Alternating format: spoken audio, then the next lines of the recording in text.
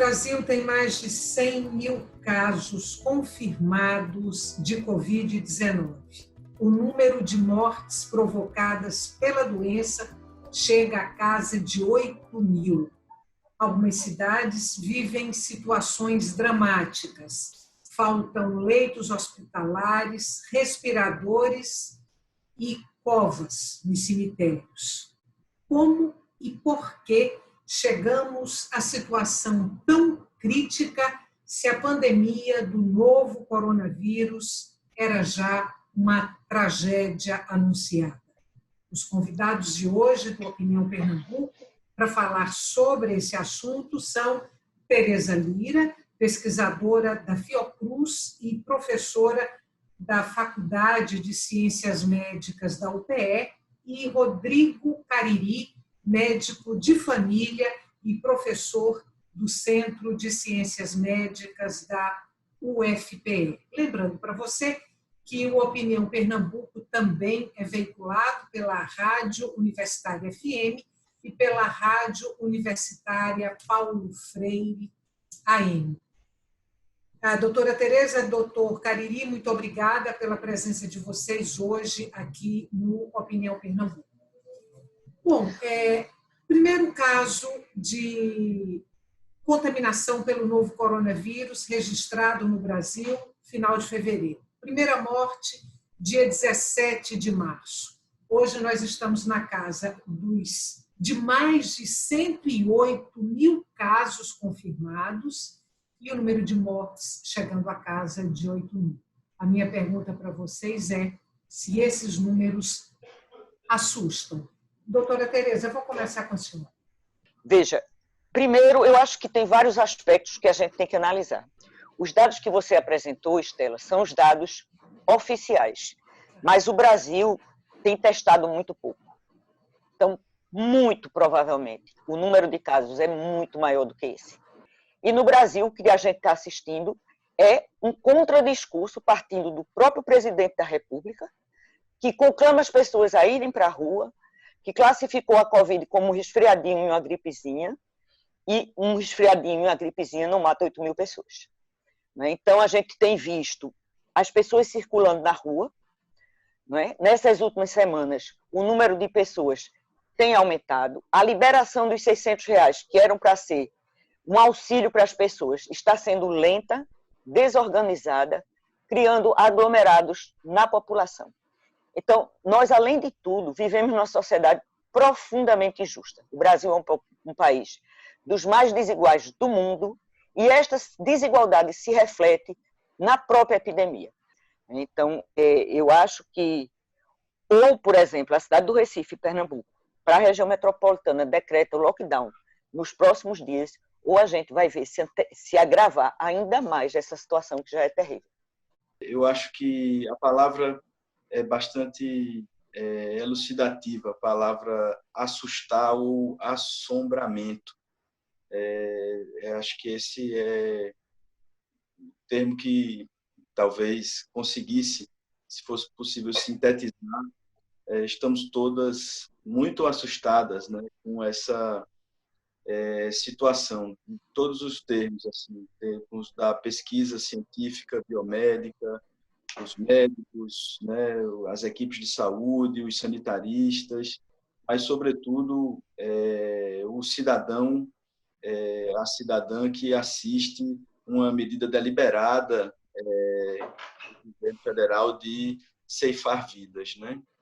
Então, essas estimativas, eu concordo com elas. Eu estou chegando agora da Unidade de Saúde da Família dos Coelhos, onde eu estou atendendo como médico. Amanhã à tarde eu estou no plantão do Covid, na unidade do COC, e o que a gente tem visto é isso mesmo. Eu não pude atualizar os dados, eu fico com esses que ela passou para a gente, e posso discutir um pouco com vocês o que a gente tem visto na comunidade. Ainda na segunda-feira, a gente atualizou o boletim epidemiológico para o bairro dos Coelhos. A gente tinha 15 casos confirmados. 15 casos no boletim epidemiológico da Prefeitura do Recife.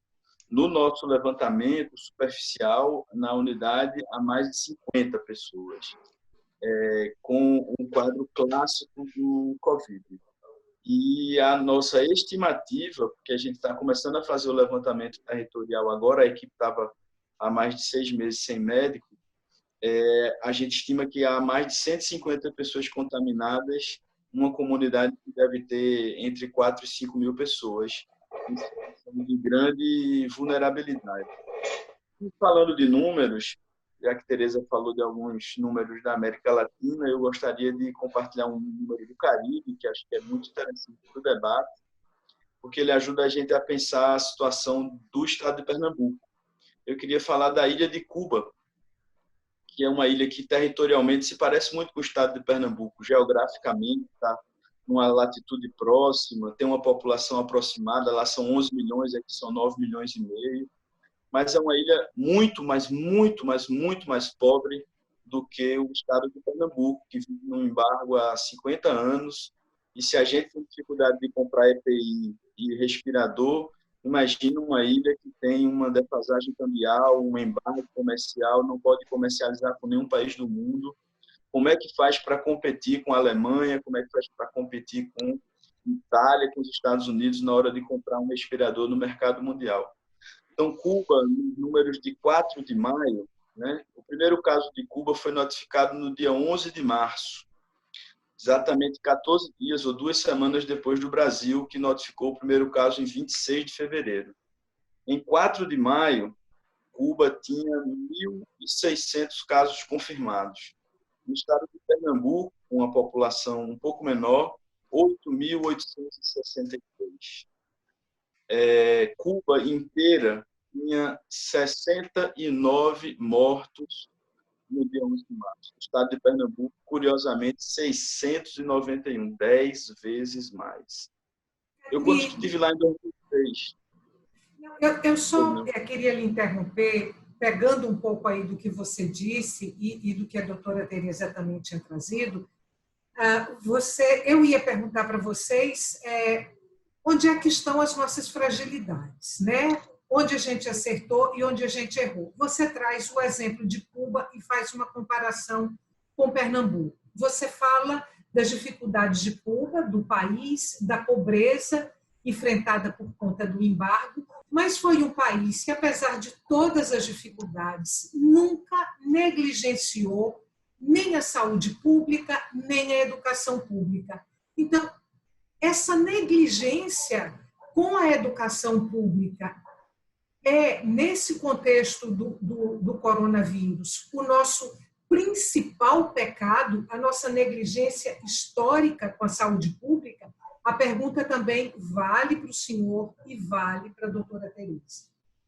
Eu não acho que é negligência, Estela. Eu acho que é uma ação deliberada, consciente, direcionada para o desmantelamento do Estado e sabidamente contando com o número de mortes que vai acontecer e que para essas pessoas é absolutamente indiferente.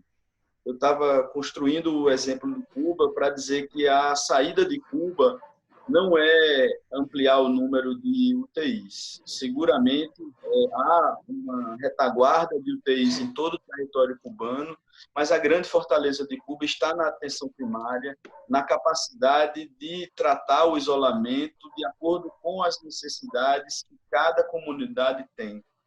E uma quantidade enorme de profissionais de saúde, uma reserva de profissionais de saúde que permite, no meio de uma pandemia, exportar profissionais para a Itália, para a Nova Zelândia, para vários países do mundo, enquanto a gente, com toda a riqueza que o Brasil tem, com todo o universo de formação de profissionais que a gente tem, segue dependente e absolutamente defasado na oferta de profissionais qualificados para atender, desde a atenção básica até a atenção especializada.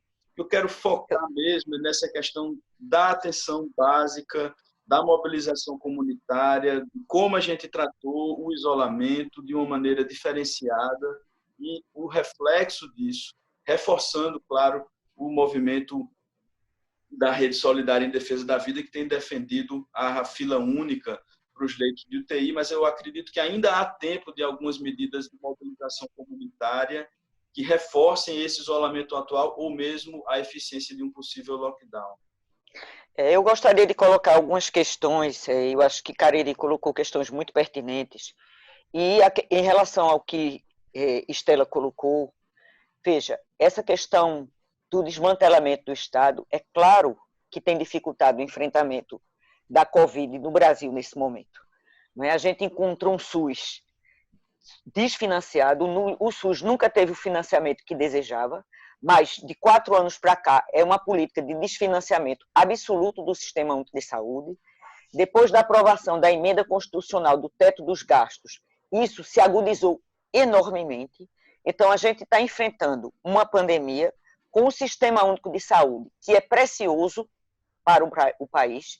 Se nós não tivéssemos o SUS, se nós não tivéssemos políticas públicas como o SAMU, alguém consegue dimensionar o que o Brasil estaria vivendo hoje?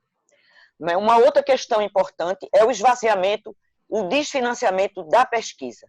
O Brasil perdeu qualquer possibilidade de ser protagonista também na pesquisa, e que era algo que o Brasil vinha avançando.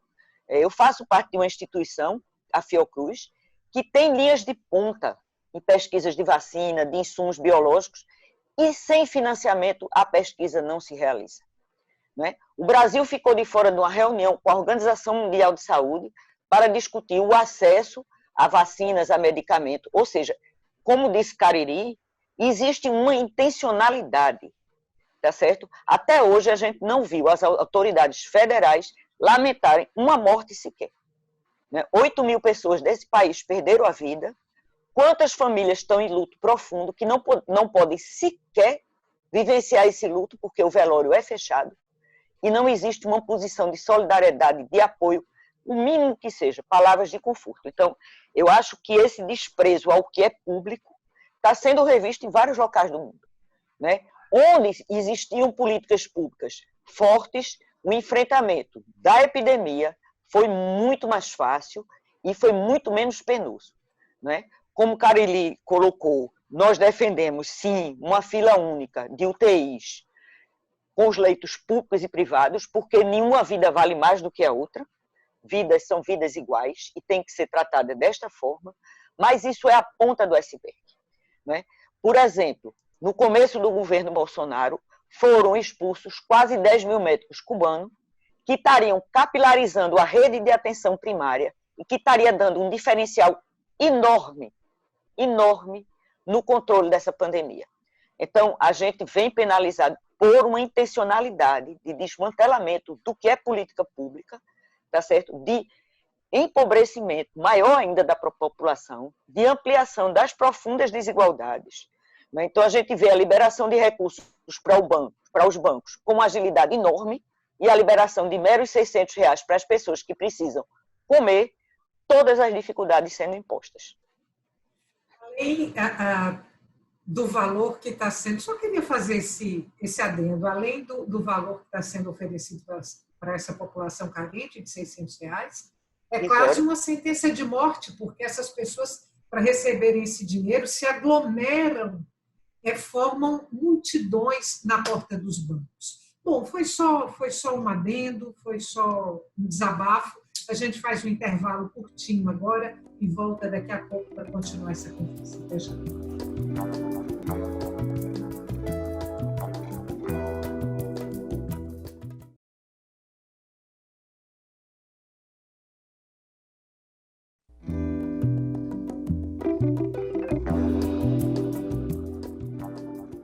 Estamos de volta para o segundo e último bloco da Opinião Pernambuco. O tema de hoje do nosso programa são os números da Covid-19 no Brasil e as medidas de combate à pandemia. Eu converso com Tereza Lira, pesquisadora da Fiocruz e professora da Faculdade de Ciências Médicas da UPE, e com Rodrigo Cariri, médico de família e professor do Centro de Ciências Médicas da UFPE. Quero trazer uma questão agora aqui para vocês. O Dr. Cariri falou no bloco anterior do trabalho, inclusive, que estava fazendo ali na comunidade dos coelhos. Eu queria fazer uma prospecção de uma situação brasileira a partir das comunidades periféricas. O coronavírus está migrando dos bairros de classe média, de poder aquisitivo alto, e está chegando nas periferias das grandes cidades. Então, qual é o quadro que a gente pode prospectar a partir dessa realidade? Eu tenho utilizado uma figura de linguagem para falar de uma curva branca e uma curva negra.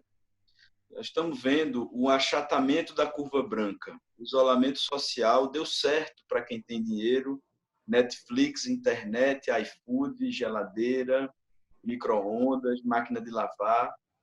Essas pessoas estão sofrendo muito, porque estão lavando a louça, precisando lavar a roupa, estender.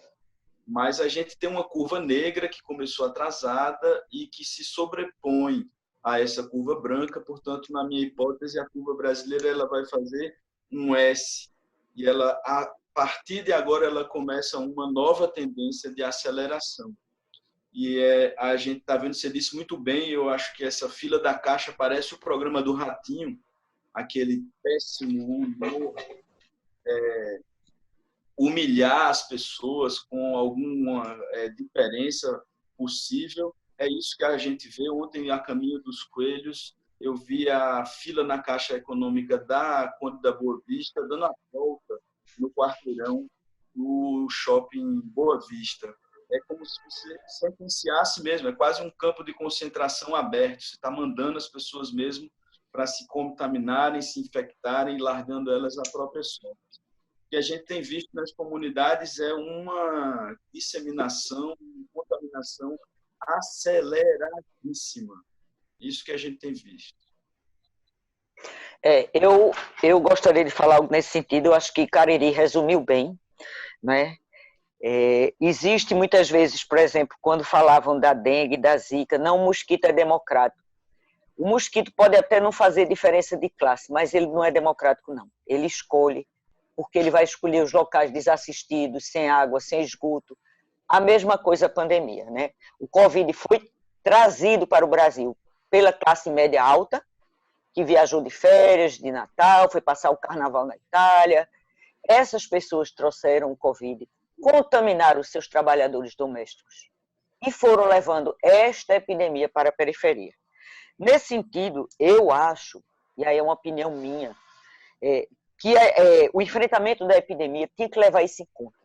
Era importante que houvessem centros intermediários de apoio e de isolamento dessas pessoas. Por exemplo, as escolas públicas poderiam ser esses espaços. Logo no começo da epidemia, os clubes de futebol cederam seus espaços. Por exemplo, o centro de treinamento do Náutico, que eu não conheço, mas imagino que tenha quartos individuais, banheiros, estrutura de cozinha.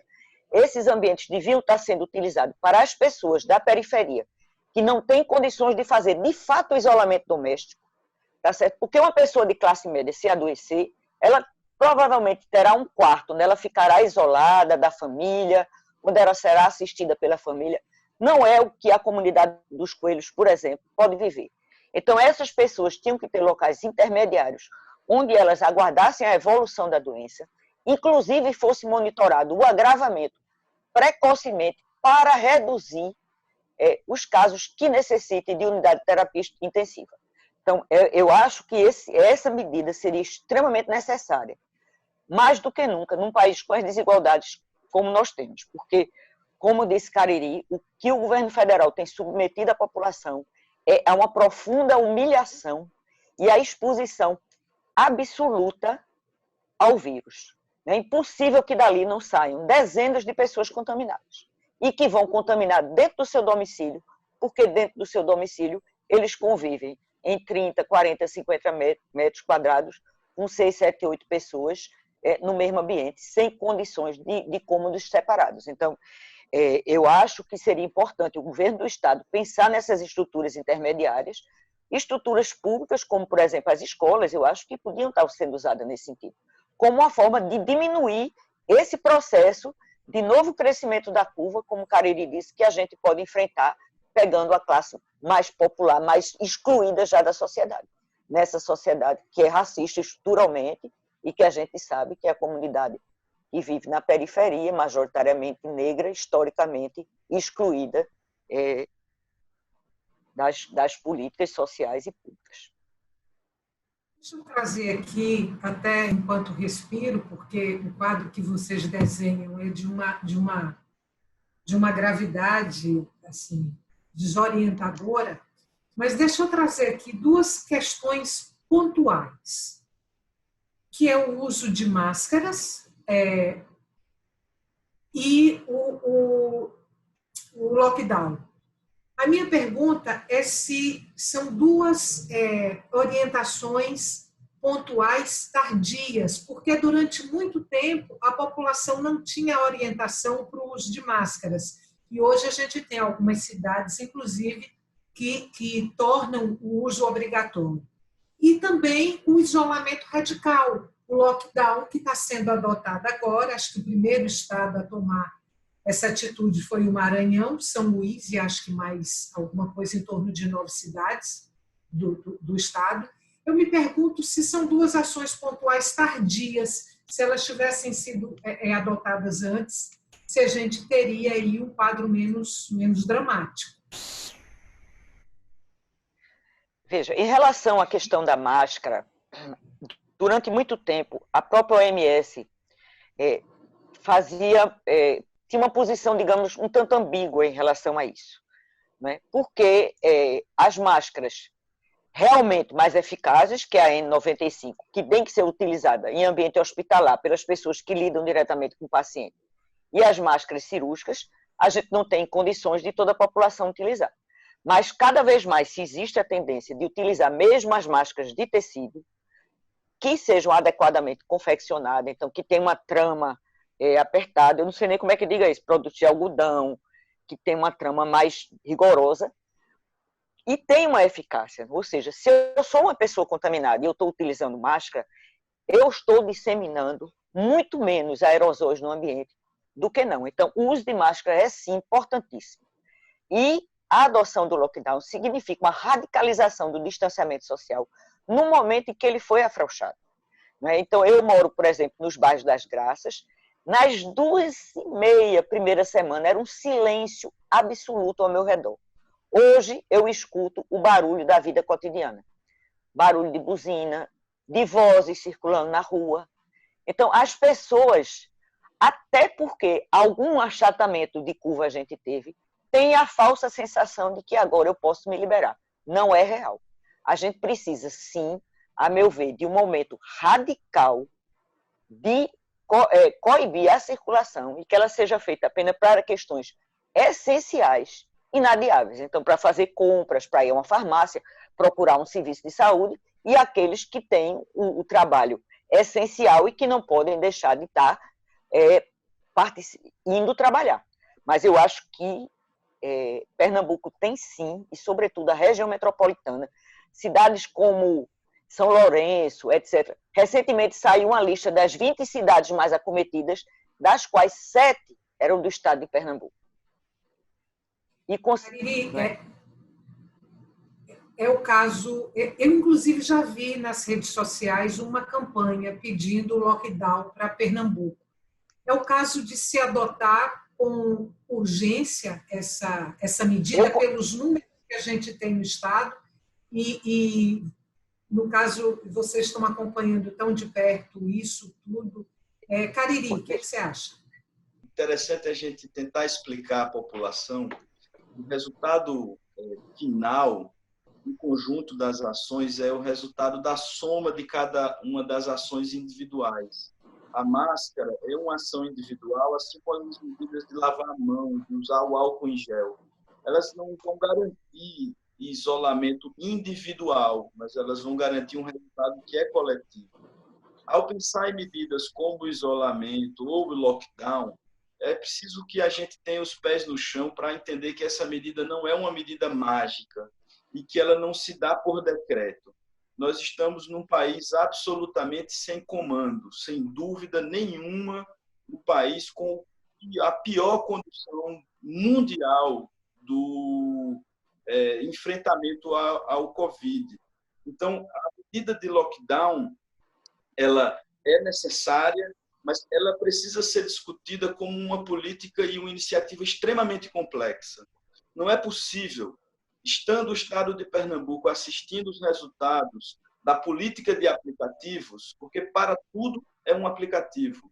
Para receber a consulta é um aplicativo, para saber para onde vai é um aplicativo, para medir a temperatura da cidade é um aplicativo, o deslocamento das pessoas é um fetiche tecnológico. Parece que esses homens brancos dormem abraçados e fazem amor com seus celulares, sinceramente, porque é impossível que a gente negue a existência das pessoas que não têm um smartphone de R$1.000. Então, é preciso pensar, não adianta dizer assim, vamos fazer um lockdown, baixou o decreto e agora todo mundo entra no aplicativo para dizer que é lockdown. Não, cara, não funciona assim. As medidas para fazer uma coisa como essa, elas são complexas para poder ter resultado. Pernambuco se preparou muito bem em termos de preparar a infraestrutura hospitalar, porque a tradição desse governo é essa, é fazer hospital. Mas negligenciou completamente a atenção e o bloqueio comunitário. Então, agora nós vamos fazer um lockdown, mas a questão é, que lockdown? Em São Paulo, por exemplo, existe um lockdown de fechar as principais vias de carro. É novamente uma medida branca. Então, a questão é, as estratégias de organizar esse bloqueio, como elas serão empreendidas e para pensar a eficiência deste bloqueio, a eficiência deste isolamento mais severo. Eu gostaria, desse sentido, de falar um pouco da Rede Solidária em Defesa da Vida. Essa Tereza, rede é composta... Só vou lhe interromper um pouquinho para dizer que você tem 30 segundos, porque o nosso tempo está acabando. É rapidíssimo. Então, essa Rede Solidária em Defesa da Vida, ela é composta por profissionais de várias áreas, defensores humanos, defensores públicos, etc., e que nós estamos defendendo o lockdown, mas articulado com a população. Nesse sentido, amanhã nós vamos ter uma reunião online com a mesa da Assembleia Legislativa, onde essa questão será pautada, porque nós acreditamos que os movimentos sociais têm que aderir a essa proposta. Tá certo? Então, o Conselho de Saúde, outros atores sociais têm que fazer parte desse processo para que, de fato, o lockdown funcione. Tereza e Cariri, muito obrigada pela participação de vocês. A nossa conversa ficou longe de um esgotamento. Eu espero que a gente possa voltar a esse tema ou temas correlatos muito brevemente. Muito obrigada a vocês dois, mais uma vez, pela participação no Opinião Pernambuco. Obrigada. Eu agradeço a oportunidade também, muito a vocês. Obrigada também. E é um prazer estar aqui junto com o Cariri. Por favor, fique em casa. Fique em casa. Muito obrigada pela companhia até agora.